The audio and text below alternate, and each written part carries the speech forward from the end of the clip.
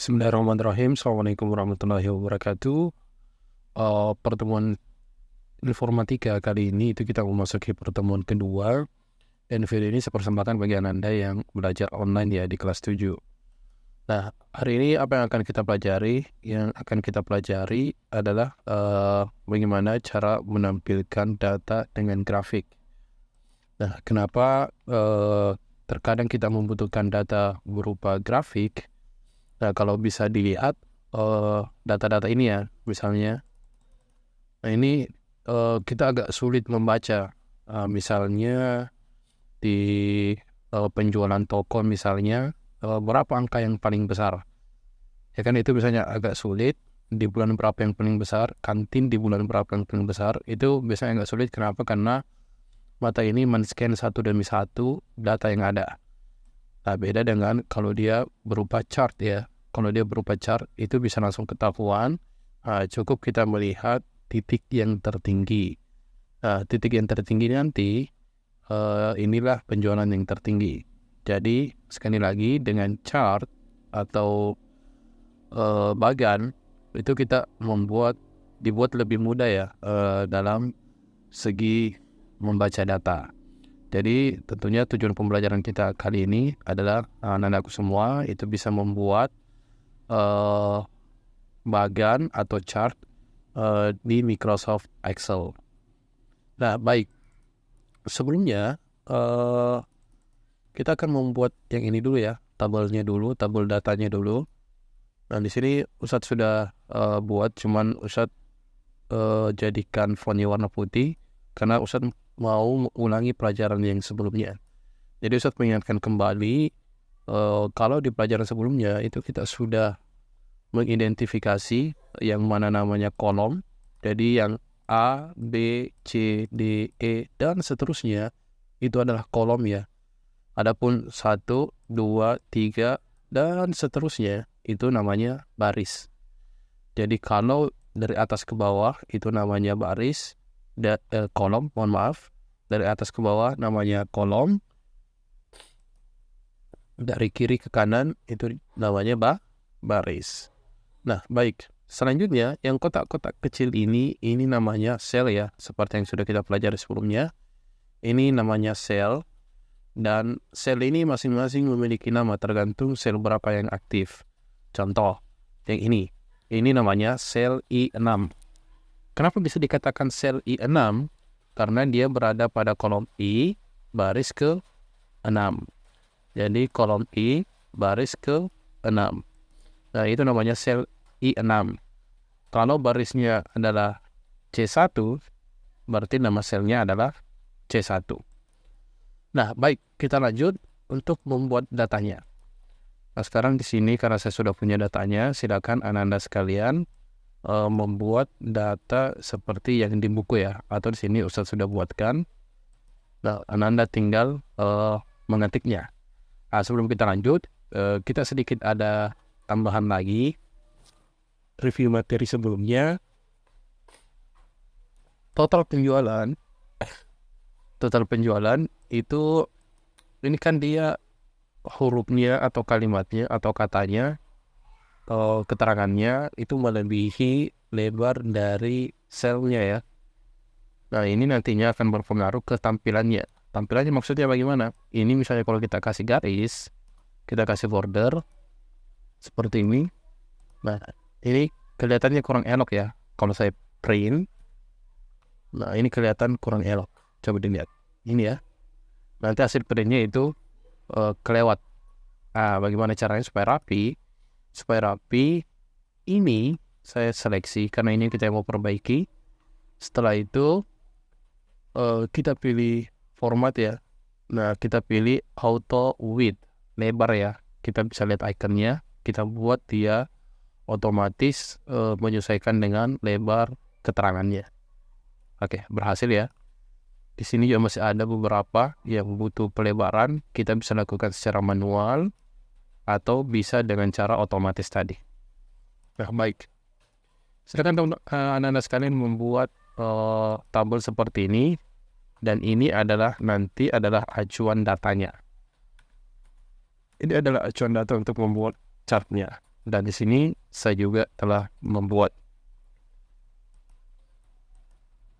Oke, kalau selesai membuat, nah di sini Ustadz punya tambahan lagi ya untuk format data. Nah, coba kira-kira ini sekilas ketika mau dibaca sulit atau tidak?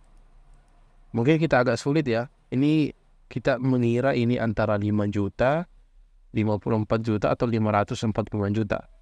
Ya kan, kita butuh waktu yang lebih lama untuk mengenali data ini. Apakah satuannya berupa jutaan, ratus ribuan, atau puluhan juta. Maka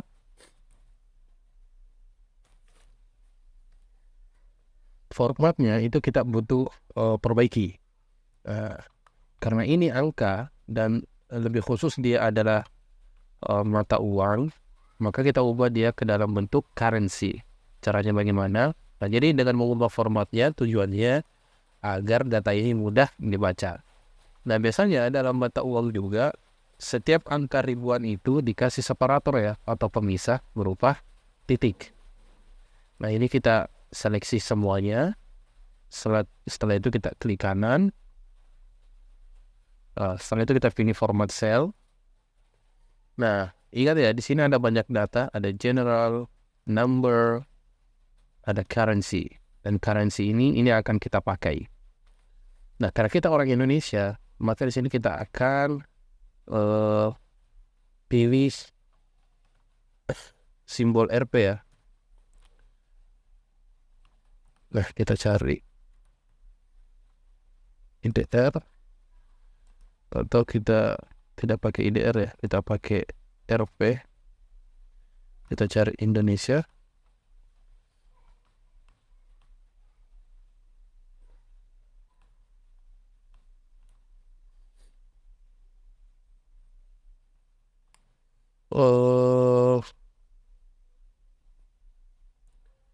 Kita cari Indonesia, FGHI, Italy. Ini belum ketemu.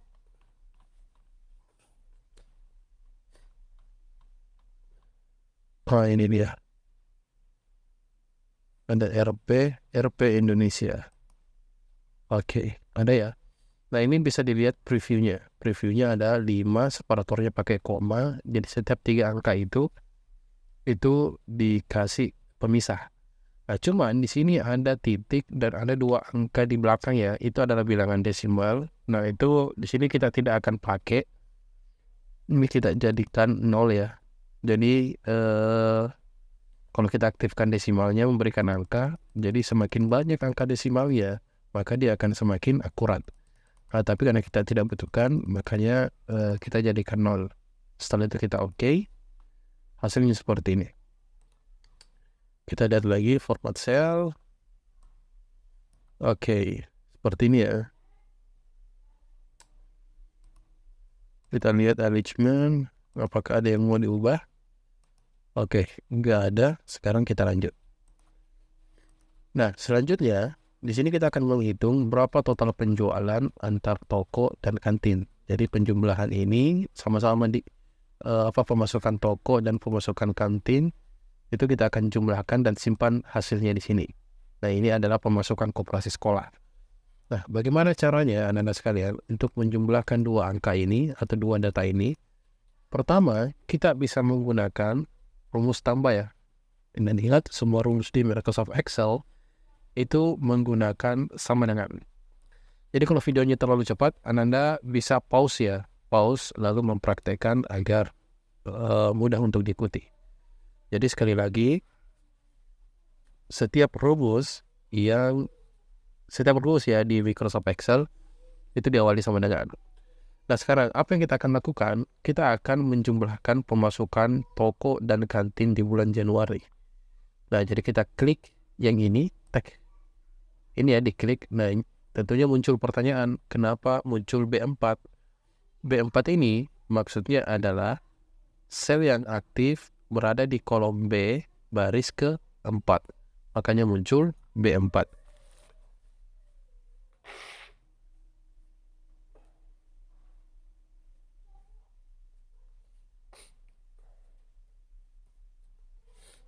makanya muncul B4. Nah, karena yang akan kita lakukan adalah menjumlah, maka kita masukkan icon tambah. Icon tambah itu ada di samping backspace ya, atau hapus di keyboard kita. Nah, setelah itu kita klik dengan data yang akan dijumlahkan. Nah, seperti ini. Setelah itu kita enter. Tek. Jadi, cara pertama adalah menggunakan rumus tambah. Nah, ada cara lain anak-anak sekalian, dan ini sebenarnya sangat efektif, terutama jika data yang ingin jumlahkan itu sangat banyak. Nah, contohnya ya, kita ingin menjumlahkan semua pemasukan toko selama 1 tahun penuh. Itu kan caranya seperti ini ya. Cara yang pertama tadi sama dengan toko di bulan Januari pemasukannya itu kita tambah di bulan berikutnya, kita tambah di bulan berikutnya, kita tambah di bulan berikutnya, tambah bulan berikutnya, tambah bulan berikutnya, tambah bulan berikutnya, tambah bulan berikutnya, ditambah di bulan September lagi, lalu ditambah lagi di bulan Oktober, lalu ditambah lagi bulan November, ditambah lagi di bulan Desember. Tak. Nah, sekarang angkanya keluar. Nah, ini sebenarnya agak merepotkan. Kenapa? Coba bayangkan jika ada 100 data yang akan kita jumlahkan. Nah, kalau ada 100 data, berarti ada 99 icon tambah atau simbol tambah yang harus kita ketik. Dan ini agak merepotkan. Nah, untungnya Microsoft Excel itu menyediakan fitur function ya. Function yang kita maksud di sini adalah sum. Ini sama dengan sum. Sum ini maksudnya adalah summary. Lalu buka kurung. Nah, setelah itu apa yang kita lakukan? Seleksi semua data yang ingin dijumlahkan. Lalu kita tutup kurungnya, enter. Maka keluar angkanya. Nah, mungkin ada pertanyaan ya, Ustaz, sama sih kira-kira jumlahnya dengan menggunakan tanda icon tambah atau simbol tambah atau pakai sum. Nah, sekarang kita buktikan ya. Misalnya saya mau tampilkan data sum di sini. Kita sum, summary. Kita seleksi datanya di sini, pemasukan toko selama 1 tahun penuh. Kita tutup kurung, enter. Nah, bisa dilihat ya, dengan menggunakan sum, itu jumlahnya sama dengan menggunakan tambah seperti ini. Nah, akan tetapi yang lebih efektif adalah menggunakan sum. Kenapa? Karena sangat memudahkan ketika ingin kita menjumlahkan banyak data. Nah, kalau cuma 2 data, itu mungkin tidak jadi masalah ya. Nah, tapi kalau misalnya banyak data, itu sedikit agak merepotkan. Nah, sekarang yang di sini saya akan ganti dengan menggunakan function sum.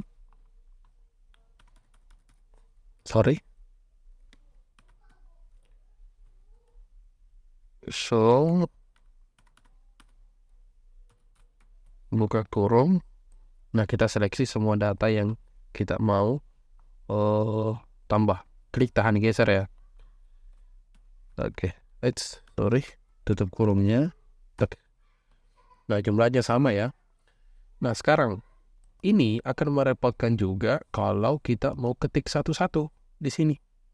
Nah, untungnya Microsoft Excel juga menyediakan fitur yang namanya acuan dinamis ya. Nah, ini kita akan pelajari di materi berikutnya. Acuan dinamis itu ketika kita copy ke bawah seperti ini, maka selnya akan berubah. Yang tadinya B4, di bawahnya otomatis berubah jadi B5, B6, dan seterusnya. Seperti itu. Nah, sekarang kita dapatkan angkanya Anda sekalian. Nah, selanjutnya bagaimana caranya agar ini di sini sampai sini selesai ya. Sampai sini selesai. Kalau misalnya ada yang kesulitan, bisa di japri Ustadznya atau bisa komen di kolom komentar. Nah, selanjutnya kita akan membuat grafiknya. Nah, bagaimana caranya? Itu kita pilih insert. Terus di sini ada banyak chart ya. Nah, ini dia shortcutnya. Nah, kalau mau melihat yang lebih lengkap, bisa pilih chart. Oh, sorry. Sebelumnya kita harus seleksi semua data yang ingin kita tampilkan. Oke? Atau mulai dari sini ya. Tek. Setelah itu kita pilih chart. Nah, kita mau pilih yang mana?